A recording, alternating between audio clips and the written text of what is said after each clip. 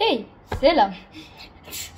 Niye böyle bir giriş yaptım bilmiyorum ama bugün sizinle bir kutu açılmayla karşınızdayım ve bugün çok beklediğim küpleri açıyoruz.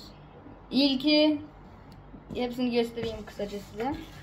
MGC 4x4 Speed Micro Bearing, bilmiyorum ki puldan aldım, böyle yazıyordum.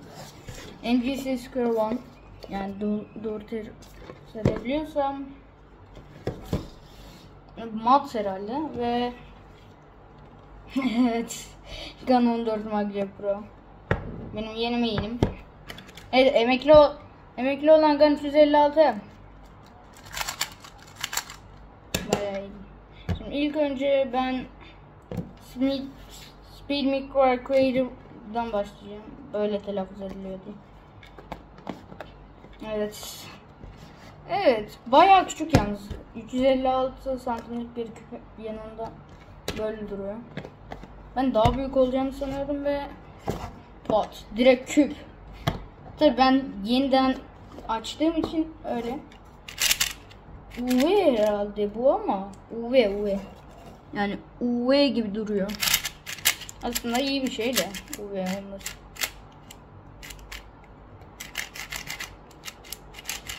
Evet, biraz lube yok ama belki daha sonra lube alınca sıkıntı da bayağı iyi bir şey.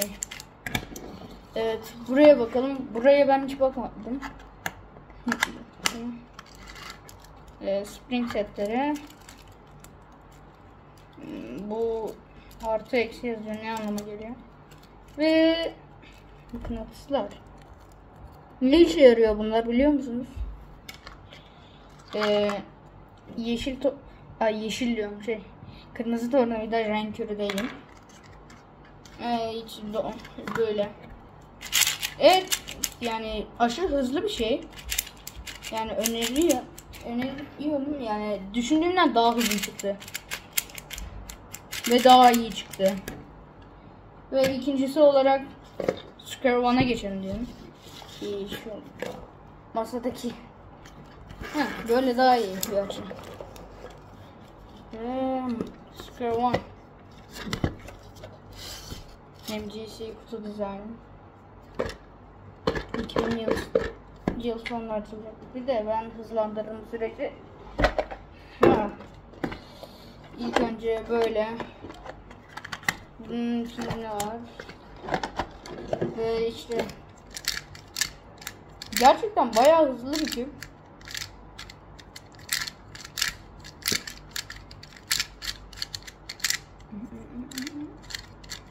Daha çözmesini bilmiyorum, evet. Ama öğreneceğim.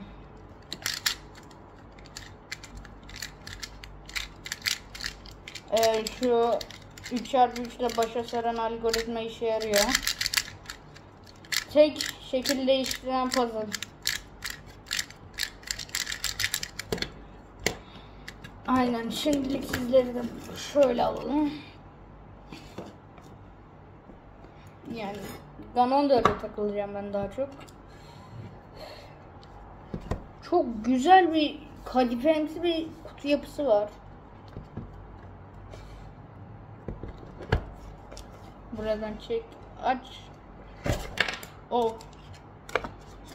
Gun kredi kartımı, Gun VIP kartımı, buradaki numarayı görmemiz gerekiyor ama sanırım.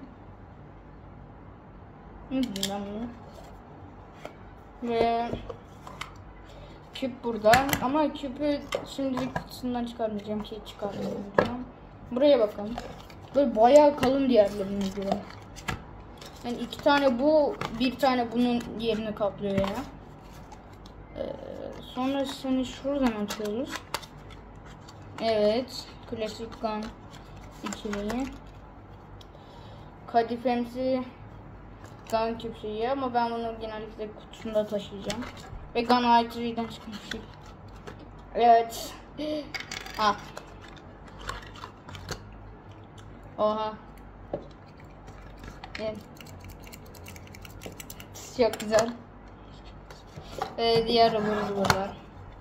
Küpü açalım. Gun logosuna bastırınca boom. UV aldım ben. UV olanını. 3 aydır bekliyorum. Gerçekten çok güzel ve hızlı bir küp. Kapaklarını çıkartalım. Aynen, çok garip bir sistemi var ve maglev şeysi düşündüğümden daha küçük ya. Parmağım kadar bir şey.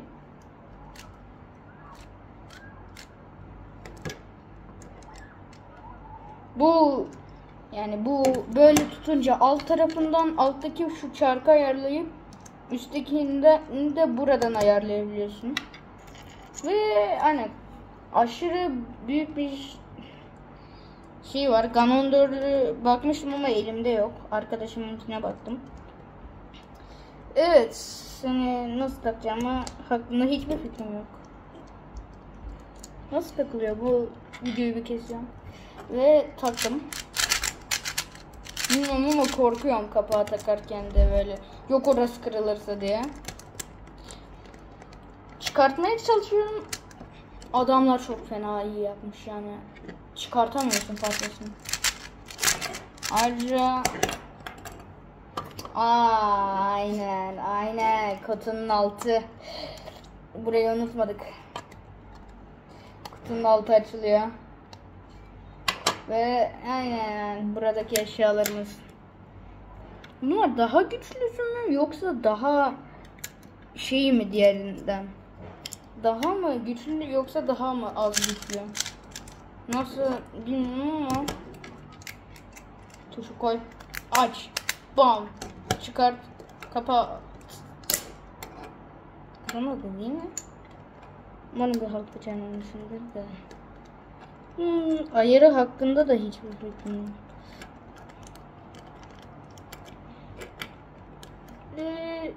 Yok.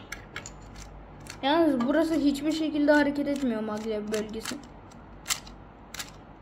Yalnız bayağı hızlı ve biraz kuru geliyor. Ama lüblarım diyecektir her YouTuber ama benim lübum yok. Evet, benim küp yağım yok. Hangi küp yağını öneriyorsunuz yani? Tamamdır. Cubicle'a çok teşekkür ederim.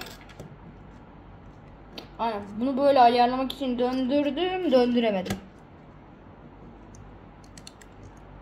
Çok garip bir şey ya. Nasıl ayarlanıyor bu? Sanırım tam kutudan çıktı gibi değil mi? Yok, 3'teymiş.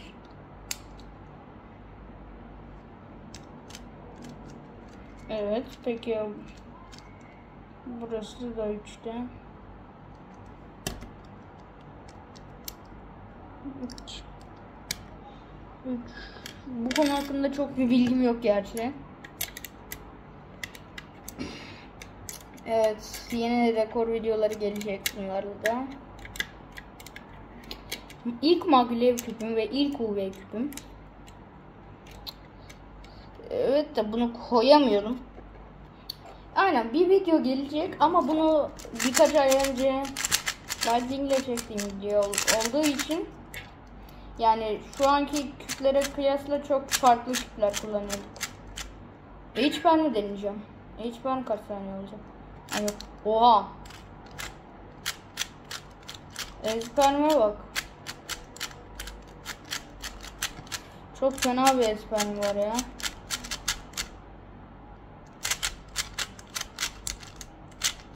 Oha. Double M ne ya?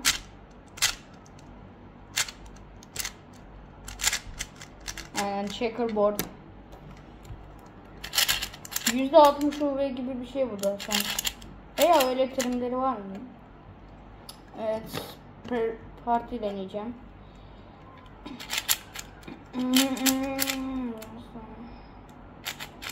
Karıştırmadım değil mi az önce ben? Ve sanırım şu an karıştırıyorum. Ne yaptım lan ben? Niye yaptım bunu? Evet.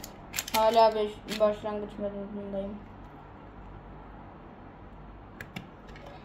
Evet, şu an bayağı gıcık oldu. Renk şeması tamamen kaydı.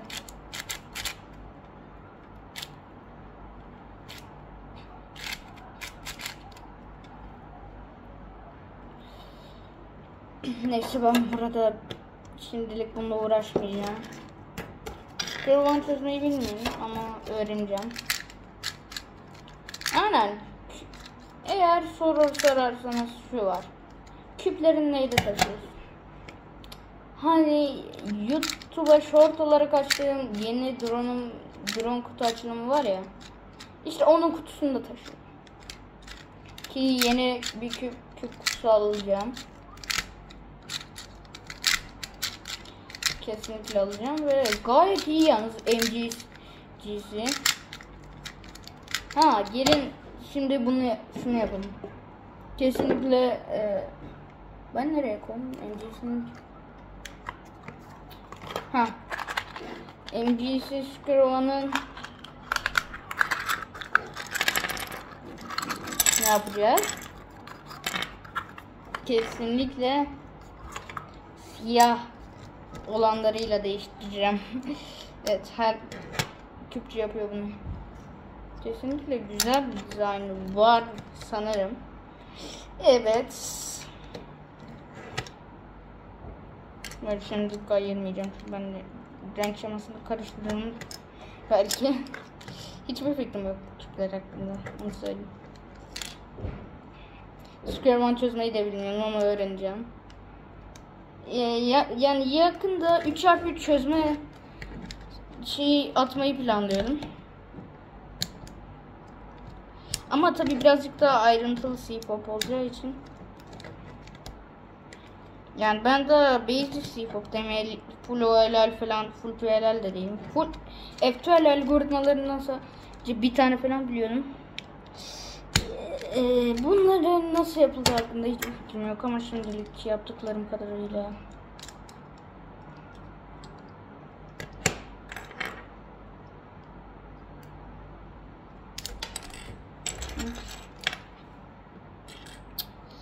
Ben burada bir kesim.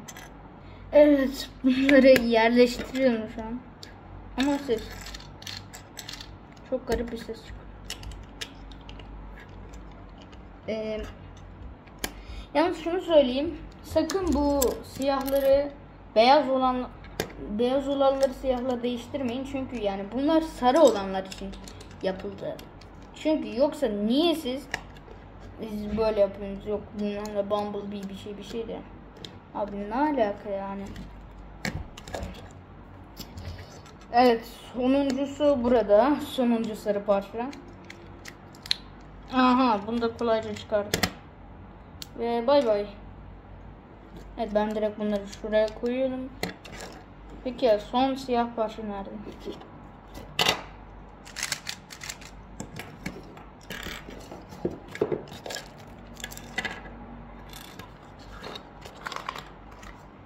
Bunun içinde mi sıkıştı?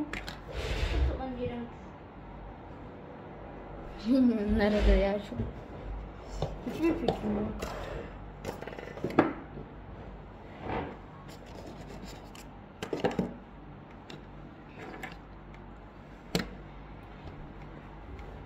Lan nereye gitti bu? Lan? Evet, kaybettiğimi sandım ama buradaymış şimdi. Bakalım. Oha, ne kadar güzel görünüyor. Yalnız mat ama gayet iyi ve aşırı şey dönüyor ya.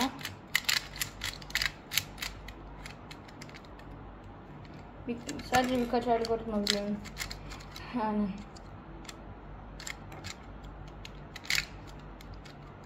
Bunu biliyorum. Çünkü Square One çözmeye başlayacağım yakında.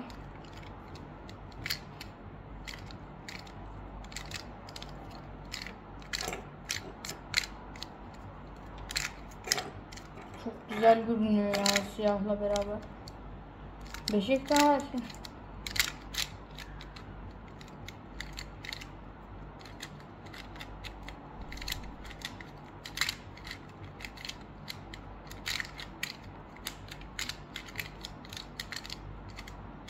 Çok garip. Corner katlarının nasıl olduğu ve nasıl oluştuğu hakkında hiçbir fikrim yok ve aynen böyle bir şey mi oluyor? Aynen, şimdi küpleri incelemeye geçiyoruz. Geçmişiz de. Buraya.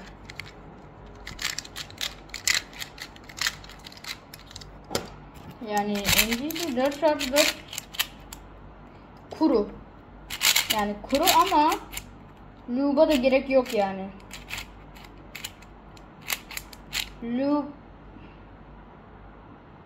Lube'a da gerek yok ya. Video kaydı almıyor sanırım ya. Öyle güzel bir şey bu da.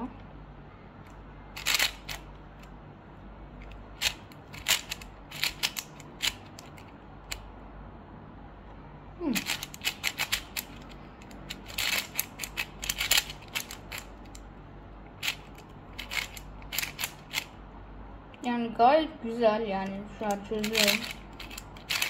Yani şu an çok konuşamayabilirim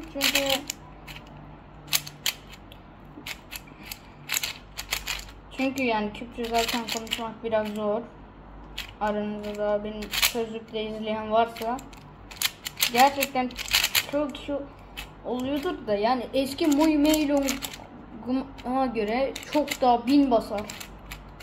Bilmiyorum ama yarışmada normalini kullanıyorlardı da bu da UV. Yani sanırım UV. Ama gayet de iyi.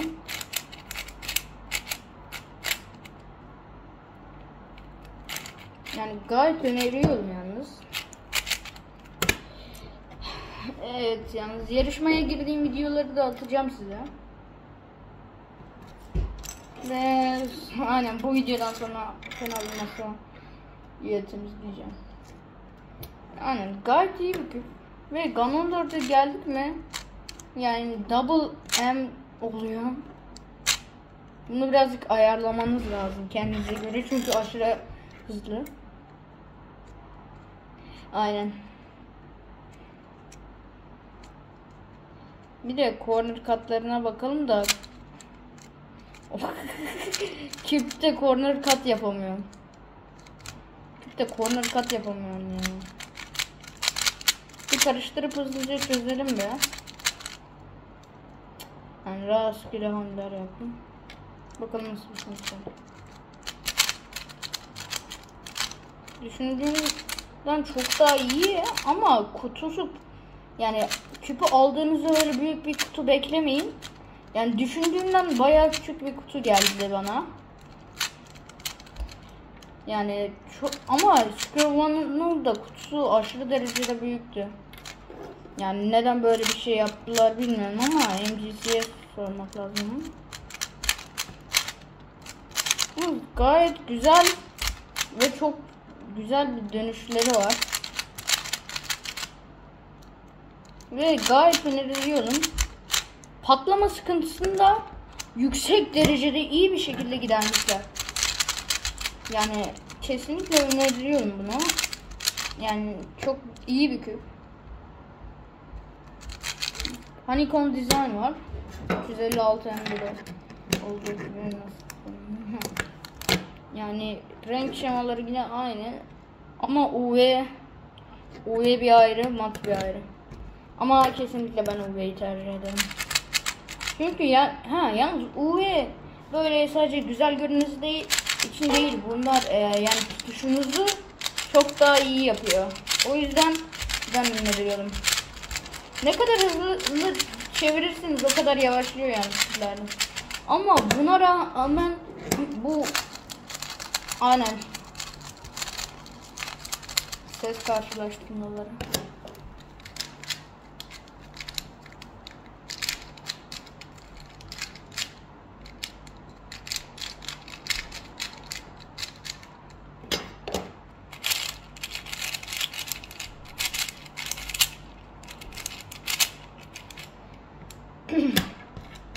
Sanırım bunlar daha güçlü ya da daha hafif olan magnet şeyleri. Şimdilik böyle koyacağım ve aynen, niye böyle bir kutu? Çok güzel ya. Yani yarışmalarda gayet iyi bir sonuç geleceğini düşünüyorum. Yani şu açılması. Ya. Ama tek kötü şey.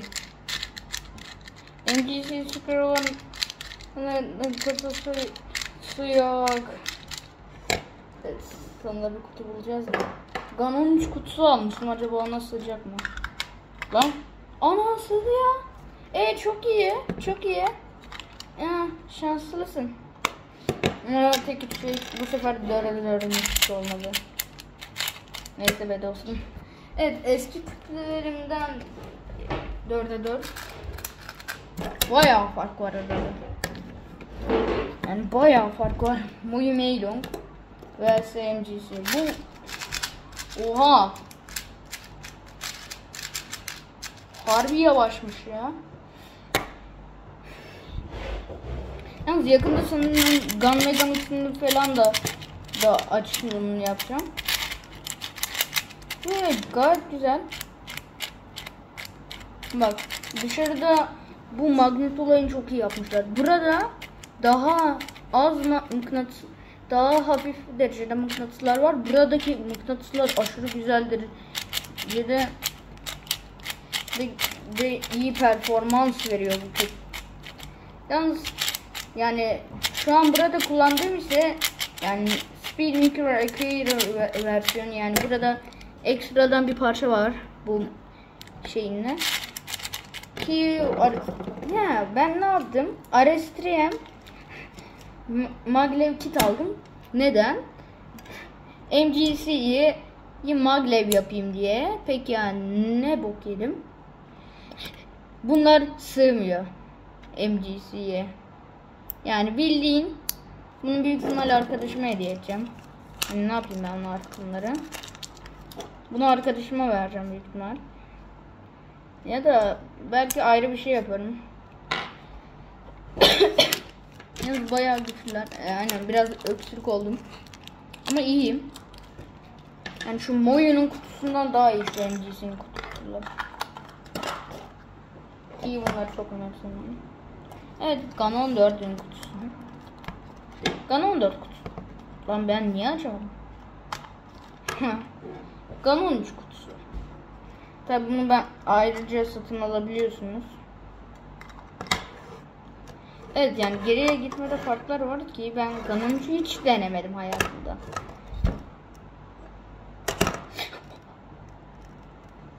Üstünde buradan bakınca çizik var gibi duruyor da bilmiyorum, çok sıkıntı olmaz. Yalnız evet, Tunus oyunda o çok beğendi o hali. Aynen. Bunu alıp böyle tak diye basmayın tabii ki de. Yani 4000 TL'lik bu. Cubicle'dan geldiklerini lütfen görmüyorsunuz ama işte gayet güzel. X-Men Tornado bitireceğim de. Yalnız X-Men Tornado biraz çalmış gibi. Çünkü Gun'ın mıknatısları kutusu vardı ki. X-Men Tornado biraz çalmış gibi. Sakın bunu böyle açmayın. Buradaki Gun logosuna bastırınca kendiliğinden açılıyor. Şöyle Pro Cubers'lar böyle açarmış gibi. Ki bence böyle açmayacağım ben.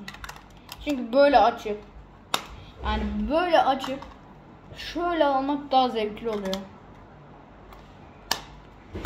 Evet, belki canlı yayın gelecek yakında. Onu söyleyeyim. Büyük ihtimalle yakında canlı yayın yaparım. Böyle küp çözüm canlı yayını falan. Büyük ihtimal sohbet de ederiz, 75 kişi falan. Umarım katılırsınız. Evet. Oha, o neydi ya?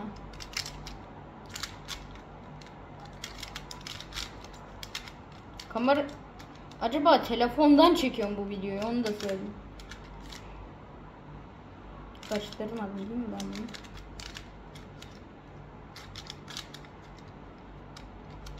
Aynen. Sanırım karıştırdım. Sanırım korktuğum başıma geldi. Evet. Bu videoyu çektikten sonra ne yapayım? Direkt Square One nasıl çözülür videosuna gideceğim. kesin onları aramaya. Ki bozdum da. Karıştıralım. En azından bir şey olmuyor. ASCII.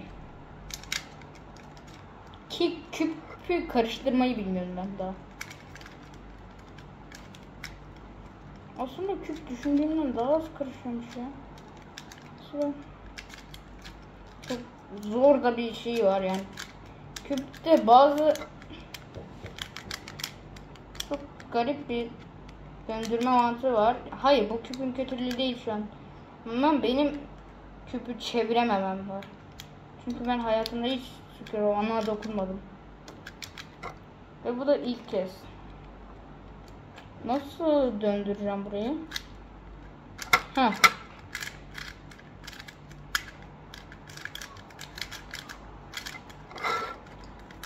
Çok garip bir şekilde gidiyor. Evet. Scare-One'ın kötülükleri. Küpü çözmeden asla kutusuna koyamayacaksınız. Gayet iyi bir küp yalnız. Gerçekten de çok iyi. Öneririm yani, ki daha önce hiçbir tane Scare-One'a dokunmadığım halde 50'lerinden diyebiliyorum. O yüzden aldım. İşte daha sonra çözerim. Şimdi toplam aldıklarımız: MGC4 şartı, Ganon 4 Maglev, bunun zımbırtıları, Ganon 4 şu kredi kart gibi şey ve diğer zımbırtısı var. Ve tuş ve yangın söndürme musluğu. Evet.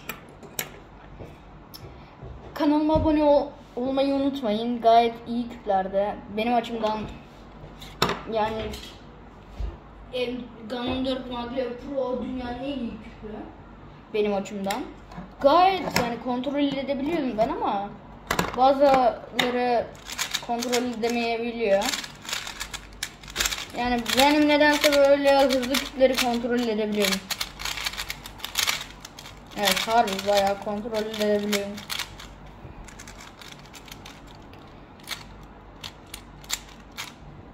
Evet.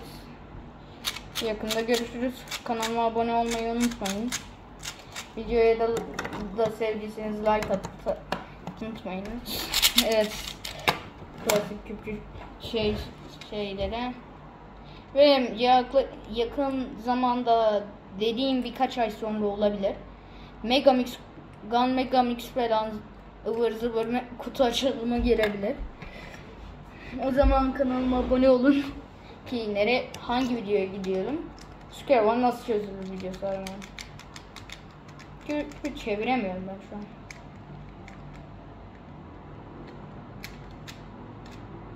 Hiçbir fikrim yok nasıl çevrildi hakkında. Çok zor bir şey sanırım. Hayır, küp kendisi zor değil de nasıl çözeyim. Neyse, kanala abone olmayı, sevdiyseniz de like atmayı unutmayın. Bildirimleri açarsanız attığım videoları ve canlı yayınları görebilirsiniz. Ya, yakın zamanda canlı yayın geliyor, belki yarın falan. O zaman bay bay, görüşürüz.